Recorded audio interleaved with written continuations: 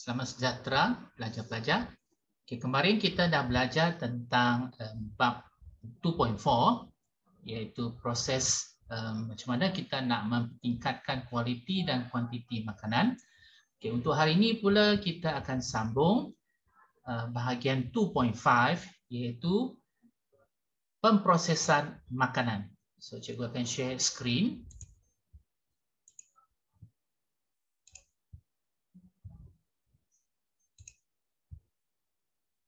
Okey, so bahagian 2.5 teknologi pemprosesan makanan.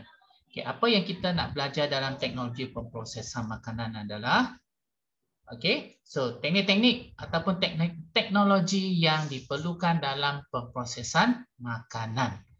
Alright, so menurut pakar nutrisi, makanan mentah yang segar tidak baik untuk dimakan kerana makanan itu lebih sihat. Lebih baik untuk dimakan kerana makanan ini lebih sihat untuk badan. Maksudnya kalau makanan yang fresh memang dia bagus untuk kesihatan badan kita. Right. Tapi makanan tu tak boleh tahan lama kan? Alright. So walau bagaimanapun bukan semua bahan makanan mentah boleh dimakan dalam keadaan yang segar. Okey. Alright. So oleh sebab itu kebanyakan bahan makanan mentah perlu diubah kepada bentuk lain melalui teknologi pemprosesan makanan. Contohnya macam ikan mentah ataupun daging mentah. So kita tak boleh makan macam tu saja kan. So apa yang kita kena buat? Kita kena proses makanan tersebut supaya lebih selamat untuk kita makan. Right. So makanan yang diproses tahan lebih lama, itu kebaikan teknologi pemprosesan makanan. Makanan akan tahan lebih lama, lebih enak, menarik dan mudah dicernakan. Right, kita tengok seterusnya. Alright, so cara-cara untuk memproses makanan yang pertama ialah memasak. Macam biasalah, dekat rumah anda masak kan? Ataupun ibu bapa yang masak. Alright, kaedah pemprosesan makanan dengan cara memanaskan bahan makanan melalui teknik seperti celur, goreng, panggang, pengasapan, rebus, tumis, bakar dan kukus. Alright, kita boleh lakukan pengasapan, smoking. Maksudnya kita smoke bahan-bahan mentah tadi supaya dia lebih tahan lama.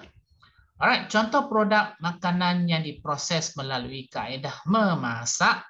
Kita ada kari ayam, ikan goreng, ayam panggang, nasi, sayur-sayuran dan kuih muih. Semua itu adalah hasil daripada teknologi memasak. Tengok seterusnya. Seterusnya kita ada penapaian, buat tapai. Alright, so kaedah proses penguraian bahan kompleks kepada bahan yang lebih ringkas melalui tindakan bakteria, yeast ataupun mikroorganisma berfaedah yang lain. So, yang ini kita gunakan mikroorganisma yang baiklah, bukannya patogen. Alright, so contohnya penapaian glukosa melalui tindakan yeast digunakan dalam pembuatan roti. So kita masa buat roti tu kita pakai yeast, kita pakai glukosa, pakai gula lah. So karbon dioksida, so yang ini adalah satu persamaan. Karbon dioksida, glukosa, etanol dan yeast. Maksudnya persamaan tu dah silap dekat sini sikit, tak apa. Nanti cikgu akan buat yang sebenarnya. Alright, contoh produk makanan yang diproses melalui penapaian, kita gunakan kicap, kimchi, tempe, yogurt dan tapai. Okey? Alright, itu contoh-contoh dia. Next kita tengok proses apa yang kita guna.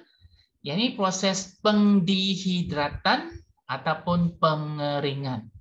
Maksud dia samalah. Pendehidratan tu maksudnya dia buang air dalam makanan tersebut. So makanan tu akan jadi kering. Alright, so contoh dekat sini dia bagi sotong kering dengan serbuk tepung susu. Okey? Alright, kita tengok. Kaedah air disingkirkan daripada makanan melalui pendehidratan ataupun penyejatan dengan menjemur di bawah cahaya matahari, mengering dengan nyalakan api ataupun asap dan mengeringkan di dalam ketuhar, dalam oven. Yang tu kaedah-kaedah macam mana kita nak mengeringkan makanan tersebut. Selain daripada itu, Alright, so kita tengok contoh produk makanan yang diproses melalui pendehidratan ataupun pengeringan. Kita ada udang kering, sotong kering, ikan kering, buah-buahan kering, bijirin, cendawan dan susu tepung. Semua yang berada dalam keadaan kering. Okey. Alright, kita tengok seterusnya. Pempasturan. So, pempasturan adalah satu proses. Maksudnya dia ada proses untuk mencegah bakteria daripada merosakkan biasanya cecair, susu, jus dan sup dan sebagainya. So kaedah cecair dipanaskan, yang ini kaedah dia, dipanaskan pada suhu di bawah takat didih cecair untuk membunuh patogen. Tujuan dia kita nak bunuh patogen. Masih ingat patogen? Patogen adalah mikroorganisma yang menyebabkan penyakit. So, membunuh patogen dan kemudiannya disejukkan dengan cepat. Yang itu kaedah pempasturan. Right, so berapakah suhu yang biasanya kita pakai? So, untuk contohnya susu segar dipanaskan pada suhu 63 darjah Celsius selama 30 minit ataupun kalau kita guna suhu yang lebih tinggi, suhu 72 darjah Celsius selama 15 saat, kemudian disejukkan dengan serta-merta. Dua-dua kaedah ni anda kena hafal, anda kena ingat berapa suhu dia, berapa time dia, sebab exam biasanya dia akan tanya. Kita tengok seterusnya. Contoh produk makanan yang diproses melalui pempasturan, kita ada susu, produk tenusu maksudnya contoh yeast, yogurt dan sebagainya, dan jus buah-buahan. Alright, semua yang tu kita boleh melakukan pempasturan supaya makanan tersebut boleh tahan lebih lama. Okay, kita tengok lagi proses pengetinan makanan dalam tin. Okay. Alright, so kaedah makanan disimpan di dalam tin yang telah disteril dan dipanaskan pada suhu yang tinggi melebihi 115 darjah Celsius di bawah tekanan tinggi untuk membunuh mikroorganisma dan sporanya. So bukan sekadar mikroorganisma itu terbunuh, malahan sporanya pun akan terbunuh. So maksudnya makanan dalam tin itu boleh tahan dengan lebih lama. Alright, so udara di dalam tin yang mengandungi makanan yang disterilkan itu dikeluarkan sebelum dipaterikan. Maksudnya sebelum tin itu ditutup dan disealkan. Alright, so dia kena pastikan semua udara dalam tin itu disterilkan. Maksudnya dibunuh segala mikroorganisma yang ada dalam udara. So tin ini kemudiannya dipanaskan semula untuk membunuh sebarang mikroorganisma yang masih ada sebelum disejukkan dengan cepat. Okay.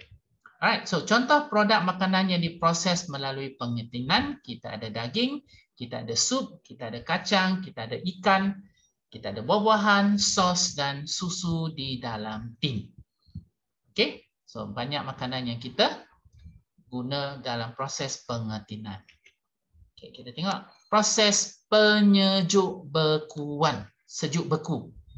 Okay, right, kaedah makanan disimpan pada suhu 0 darjah Celsius atau lebih rendah supaya dapat tahan lebih lama. Okey. Contohnya daging disejuk bekukan pada suhu antara negatif 18 darjah Celsius hingga negatif 24 darjah Celsius. So pada suhu yang kurang daripada negatif 18 darjah Celsius, tindakan enzim terhenti. So, kenapa kita nak bubur di bawah negatif 18 darjah Celsius? Tindakan enzim itu akan terhenti. Pertumbuhan dan pembiakan mikroorganisma terencat. Bukan mati ya, dia terencat saja. Contoh produk makanan yang diproses melalui penyejuk bekuan, makanan laut, seafood, daging, ayam dan ikan. Yang biasa kita buat sejuk beku itulah. Okey, kita tengok seterusnya penyinaran. Sinaran yang kita gunakan adalah sinaran gamma lah, sinaran radiatif. Alright, so kaedah makanan didedahkan pada sinaran mengion seperti sinar gamma, sinar ultra ungu, dan sinar X. Alright, sinar gamma adalah sinaran radioaktif. Sinar ultra ungu adalah UV light datang daripada cahaya matahari. Sinar X, X-ray. Okay, untuk membunuh mikroorganisma seperti Salmonella species dan Campylobacter species. Alright, so dalam daging mentah dan serangga seperti kutu dalam beras yang merosakkan makanan tersebut. Okey, maksudnya makanan itu kita sinar dengan cahaya yang bukan cahaya lah, sinaran ini, so dia akan membunuh mikroorganisma yang ada dalam makanan tersebut. Okey, sinaran mengayon juga dapat memperlahankan proses percambahan biji benih, pertunasan sayur-sayuran berubi dan pematangan buah-buahan. Contoh ubi keledek ataupun ubi kentang. Sebelum diekspor tu, ubi kentang tu akan dispray dengan sinar gamma, sinaran lah, bukan spray lah, disinar dengan sinar gamma. So sinaran tu akan menyebabkan ubi kentang tu lambat untuk berubi, bertunas. Maksudnya ubi itu akan lama sikit lah untuk menghasilkan tunasnya supaya dia tahan lebih lama. Okay. Right. Contoh produk makanan yang diproses melalui penyinaran, kita ada sayur-sayuran, bijirin dan buah-buahan. Okay. Right. Kita tengok seterusnya. Pembungkusan vacuum. Maksudnya kita bungkus dalam keadaan yang bervacuum. So kaedahnya ialah udara disingkirkan daripada bekas ataupun beg plastik yang digunakan untuk membungkus makanan sebelum bungkusan itu ditutup dengan ketatnya. Okey. Alright, ketiadaan udara dalam bungkusan dapat mencegah pertumbuhan mikroorganisma di dalam bungkusan dan memberhentikan pengoksidaan makanan. Maksudnya dalam bekas makanan tu memang tak ada udara. Yang ada dalam tu ialah makanan tu.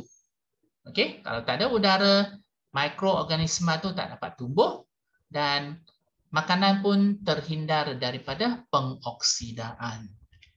Okey, contoh produk makanan yang menggunakan pembungkusan vakum, kita ada kacang, beras, durian dan sayur-sayuran. Durian yang kita nak ekspor ke luar negara lah.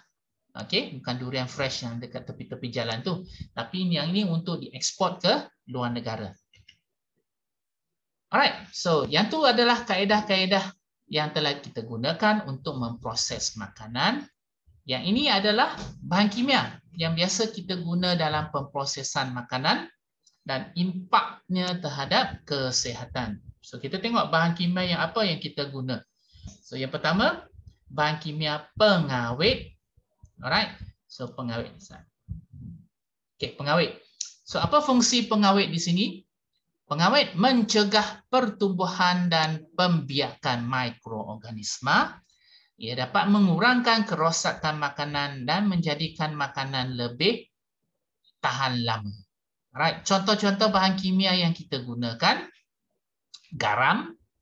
Alright, so garam biasa kita guna untuk makanan makanan laut, sayur-sayuran. Kita boleh guna gula sebagai pengawet, gula dalam buah-buahan, cuka, makanan yang dijeruk, okay.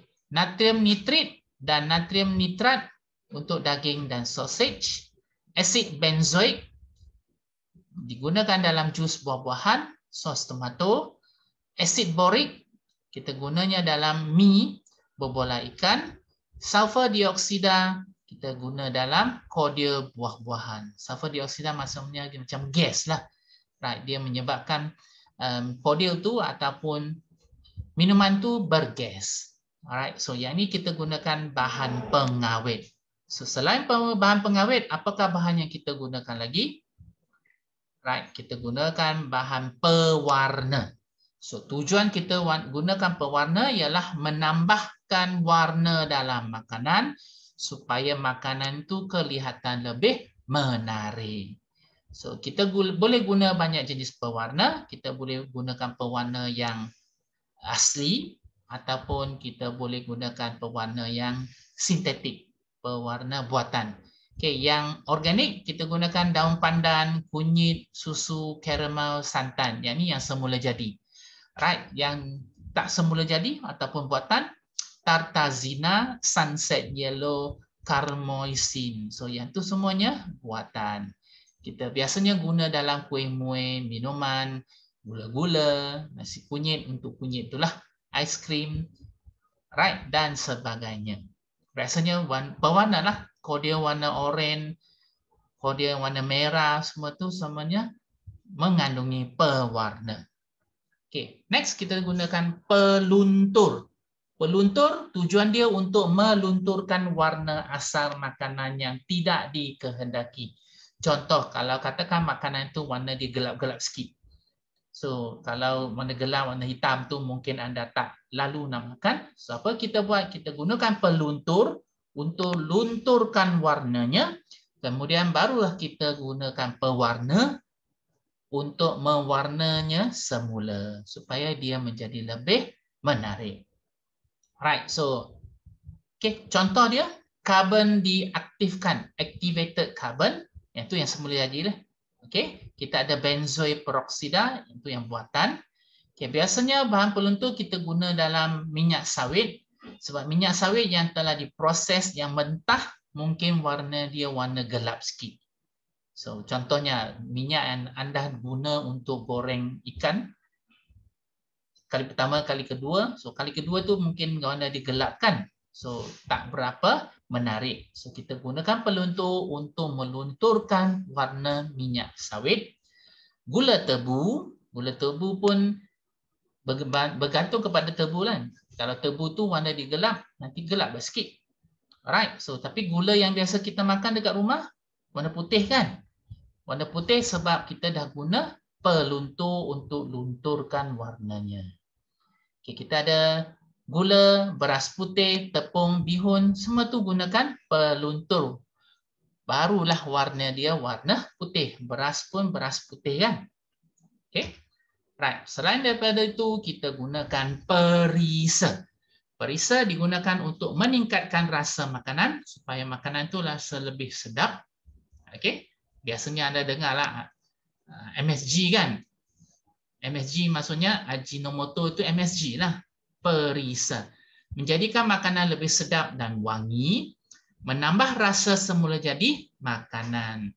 Biasa yang Uncle Roger selalu katakan, dia tak bubuh MSG. So MSG itu perisa lah.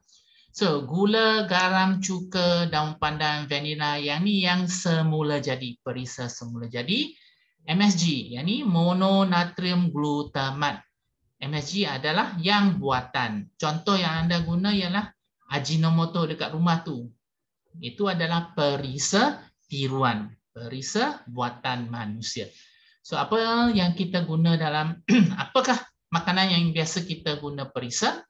Kita ada kuih-muih, kita ada kek, kita ada aiskrim, mi segera, kicap soya, kerepek kentang dan bermacam-macam lagi lah. Alright, makanan yang sedap-sedap, makanan keropok-keropok tu semuanya ada MSG. Alright, next kita tengok penstabil. Penstabil dia mencegah pemendapan butiran dalam makanan cair. Alright, so dia membaiki tekstur dan memekatkan makanan. Apakah makanan tersebut? Contohnya sos cili, sos tomato, jelly, aiskrim, gula-gula. Alright, so contohnya sos cili. Kalau kita tak bubuh penstabil, nanti dalam botol sos cili itu lama-lamanya dia akan terpisah menjadi dua. So dekat atas tu air, yang bawah tu dia punya tomato nanti. Alright, sebab kita tak bubuh penstabil. Kalau kita bubuh penstabil, pemendapan butiran dalam makanan cecair itu tak berlaku. So maksudnya kita perlukan penstabil. Contoh penstabil yang kita guna kanji, kita guna gelatin, kita guna agar-agar, kita guna gam akasia. Semua ini adalah bahan semula jadi yang telah diproses lah. Okey, so kita tengok ada lagi tak bahan dia. Okey, kita ada pemanis. Tadi perisa kan? Perisa penstabil, sekarang pemanis.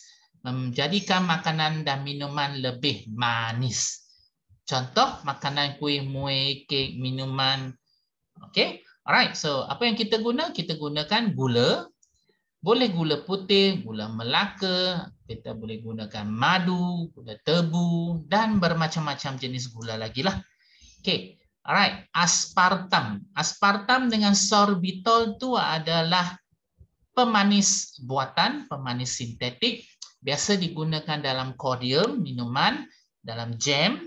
Okay, sorbitol untuk makanan pesakit diabetes mellitus. Sebab pesakit diabetes mellitus tak boleh gunakan gula yang banyak. So mereka gantikan gula dengan sorbitol. Tapi minuman atau makanan tersebut masih rasa manis lah. Tapi dia tak bergula. Okay. Seterusnya kita ada antioksidan.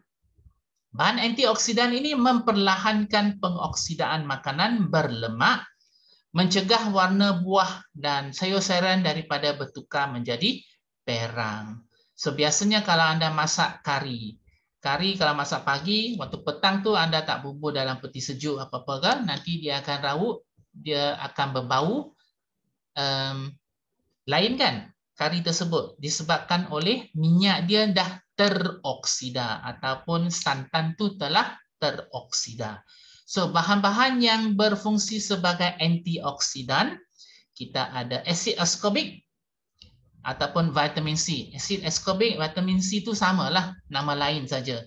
Okey, kita ada tocopherol ataupun vitamin E, kita hidroksianisol terbutil, yang tu yang buatan antioksidan terbuatan. So yang ni vitamin C kita gunakan dalam minyak masak untuk mengelakkan minyak tu daripada menjadi bau hapak. Okey, margarin dan biskut untuk vitamin E. Okey, pil vitamin, yang pil-pil vitamin yang Anda beli dekat farmasi itu semuanya adalah vitamin C yang buatan. Okey? Alright. Seterusnya tengok bahan apa lagi? Kita ada pengimausi. Banyak kan bahan kimia yang kita guna dalam makanan. Okey, so pengimausi, yang ni mengimausikan bahan yang tidak bercampur seperti lemak dan air dalam makanan. Maksudnya dia akan campurkan minyak dan air lah. Kalau minyak air Anda bubur dalam cawan, minyak dan air itu akan terpisahkan. Tapi kalau kita bubur pengimausi, dia akan campurkan minyak dan air. So biasanya dia akan membaiki kehomogenan, kestabilan dan tekstur makanan, terutamanya aiskrim. Bayangkanlah aiskrim tersebut kalau Anda bubur lemak dan air, Anda kacau-kacau saja tanpa pengimausi. Apa yang Anda akan dapat? Anda akan dapat minyak di atas, air di bawah.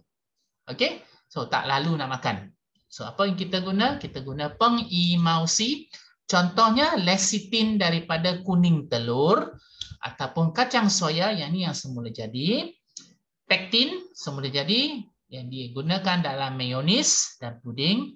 Asid lemak seperti monogliserida dan magnesium stearat untuk buat yogurt dan keju, cheese. Okey? So yang itulah bahan-bahan kimia yang biasa kita gunakan. Okey? Right, so kita ada berapa jenis bahan? Kita ada 1, 2, 3, 4, 5, 6. 6 jenis bahan. Ada lagi 7 bahan pengimausi, 7. Okey, so bahan-bahan kimia ni ada keburukannya, ada impak terhadap kesihatan. Contoh bahan pengawet. Kalau terlebih penggunaan bahan-bahan kimia ni untuk pengawet, dia akan menyebabkan kanser, dia akan mengganggu sistem pencernaan manusia. Siapa-siapa yang ada alergi itu, dia akan menyebabkan alergi, adakan ruam dan kegatalan kulit. Kecacatan fetus dalam kandungan ibu, untuk ibu-ibu yang mengandung, kalau dia makan banyak makanan yang mempunyai bahan pengawet, so fetus dalam kandungannya mungkin tercacat. Okey, merosakkan hati dan ginjal. Okey, pewarna, kanser, kemandulan, keracunan makanan, merosakkan hati dan ginjal. Peluntur menyebabkan kanser juga, perisa menyebabkan kanser, tekanan darah tinggi, sakit jantung. Okey. Alright, so merosakkan hati dan ginjal. So tengok, kebanyakannya merosakkan hati dan ginjal, kebanyakannya boleh menyebabkan kanser. Okey. Dua itu yang biasanya akan berlaku. Alright, kita tengok pula antioksidan. Nah, pemanis boleh menyebabkan obesiti ya, sebab dia mengandungi kandungan gula yang tinggi. Antioksidan pula merencat pertumbuhan badan, merosakkan hati dan ginjal, ruam dan kegatalan kulit. Okey ya. Alright, kita tengok. Oh, habis dah. Yang tu adalah bahan-bahan kimia yang impak negatif terhadap kesihatan dalam badan manusia. Okey? Alright. So, cikgu rasa yang itu sajalah setakat bahagian 2.5. Untuk bab 2 ni kita ada tinggal satu lagi bahagian iaitu 2.6 yang sedikit saja. So, kita akan pergi kepada 2.6 pada kelas yang seterusnya lah.